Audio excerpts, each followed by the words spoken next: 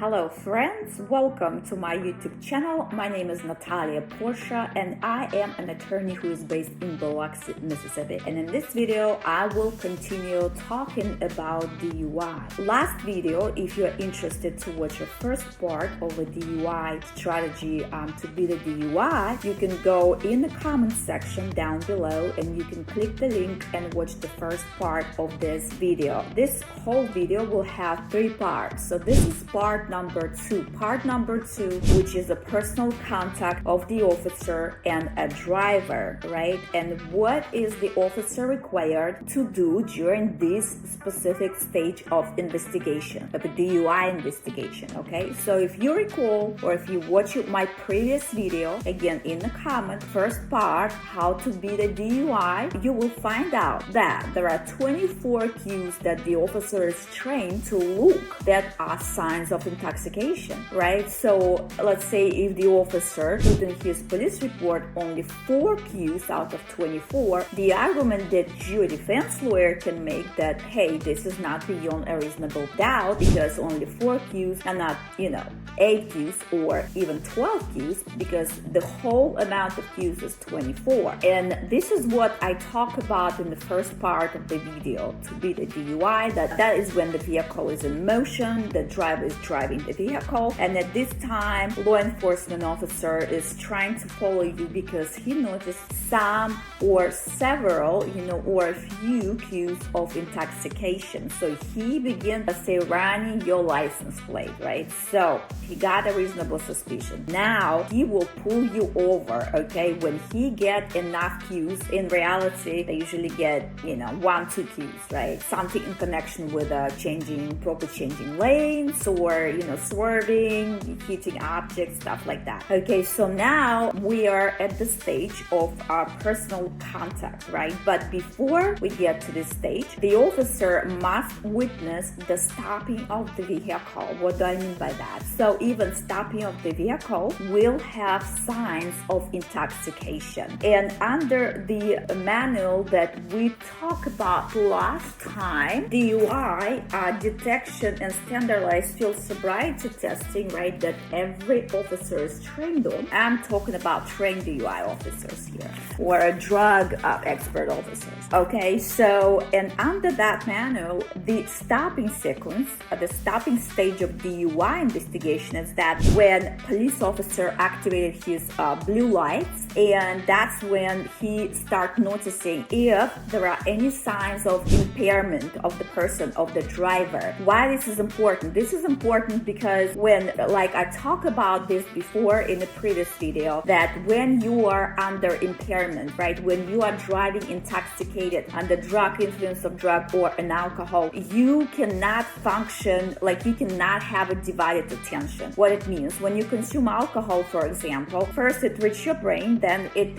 also simultaneously reaches your muscle, right? So it affects your brain and your muscle. So these 2 functions of your body is affected first, right? These 2 organs, because they're soft tissues. So now if alcohol affected you, if you have enough alcohol in your system that your muscle and your brain is affected, so you're under intoxication, right? You're driving while intoxicated. And that's what, of course, police officer must prove beyond a reasonable doubt. Now let's talk about the stopping stage of the DUI investigation. So what officers are trained for to look during this stage of investigation? Okay, well, we have 7 cues under this manual, right, that they are trained on. We have this book, and under this book, training book, there are 7 cues that DUI officer or patrol officer is looking for. Okay, and they are the following. For example, tries to flee. When an officer activates his or her blue lights and the driver of the vehicle is trying to drive away, right, trying to flee, trying to run, that is the first sign of the intoxication. So guys, you should stop your vehicle, okay, because you don't want to get in trouble. You want to stop your vehicle and comply with the blue blue light activation, right away. Don't make it dangerous, but right away, so because the officer likely will have a dash cam and will be watching you stopping the vehicle. This is very important. Courts usually pay attention to this, how the drivers pull over, right, when he witnessed the lights, the blue lights. Okay, so first is when driver is trying to flee. Second, when driver is just not responding at all, ignoring blue lights, or driver is responding really slow, and here is again questionable how fast the driver must respond in order not to trigger this cue of intoxication. So this is also very interesting. Number 4, swerving. When he or she swerves, the driver swerves the car, right? Abrupt swerve, that's what it is. Sudden stop, or it is the opposite, when the drivers just suddenly stop, right? So that's also suspicion. That also cue of a DUI. Strikes curb. In my opinion, this is officer's favorite. It's striking the curb. This is the favorite of the favorites, almost, or striking an object, striking the curb. This is in every police report. I saw that a lot. New violations. I'm not sure what it meant by that, but new violation probably is speeding or striking an object or disorderly conduct of the driver, any of that, I guess. So the officer is trained to look for 7 cues during the stopping second stage of investigation, right? The second stage of DUI investigation is very important because here you have activated blue lights, you have a dash cam that is recording. The officer likely will have a body mic also on his body. So that's also is very important to look for, because likely you will be already everything will be recorded. And when even the officer, what I have seen previously during, tapes that have been provided to me by prosecutors, I have seen it's when usually officer, when they activate the blue lights, that's when they put their dash on, camera dash on. So that's the time, even when the officer driving after you, right, it's already in progress of recording. And this is actually really good, because if we get this tape, if a defense lawyer can get hands on that tape, right, and actually the driver complies, with blue lights activation, he stops or she stops, the driver stops and pull over, then and there is a discrepancy between the tape and the police report, guess what? Well, the police report is incorrect, because we actually see a tape and we see what happened. Okay, so next stage of DUI investigation, personal contact. And this is when DUI officer is very excited to do this stage of investigation, because it's a personal contact. This is when officers gather majority of the cues, right? This is where they start improvising with their questions. Where, what, for, driver's license, registration. And you're thinking, damn, what's going on with this officer? Why he's asking so many weird questions? In fact, a friend of mine, when he got a ticket for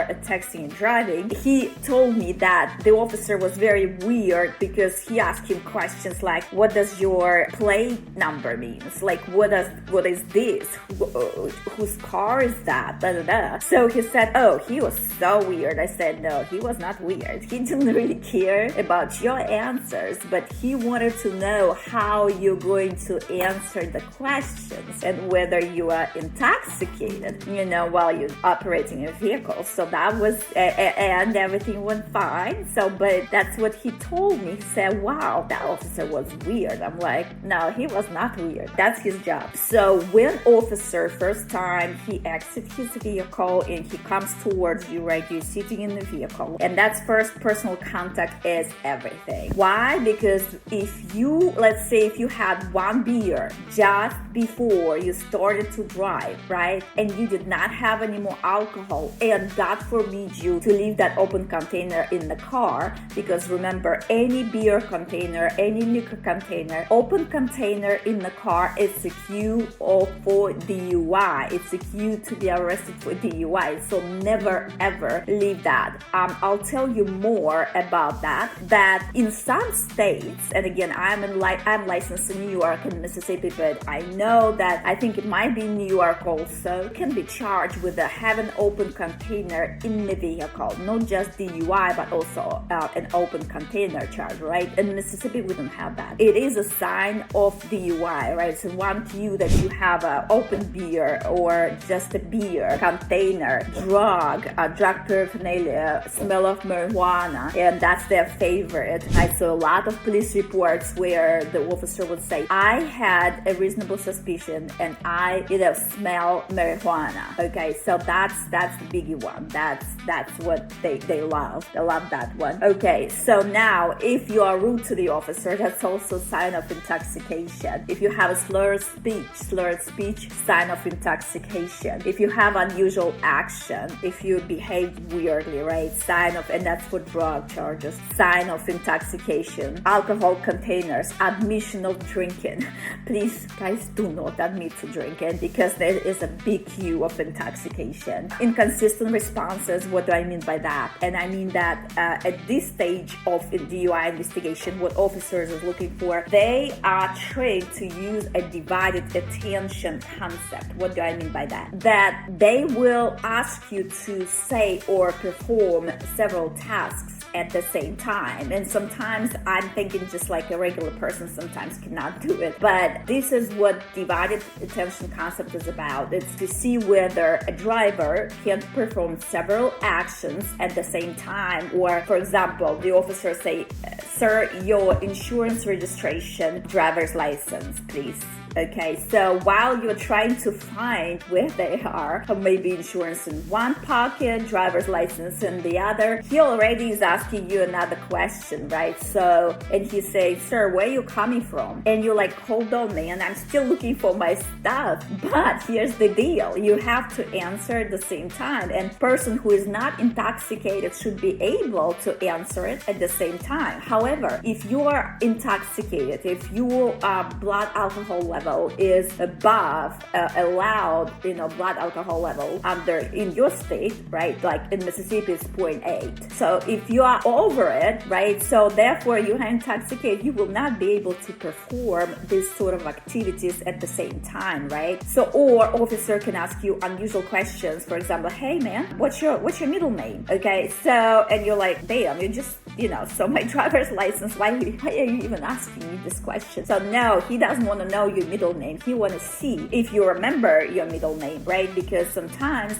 people who are intoxicated, they can, get confused, right? Instead of saying your middle name, they're going to say first name, okay? And the officer's like, Q, okay? So that might be the issue. Also, like I said, they're trying to find out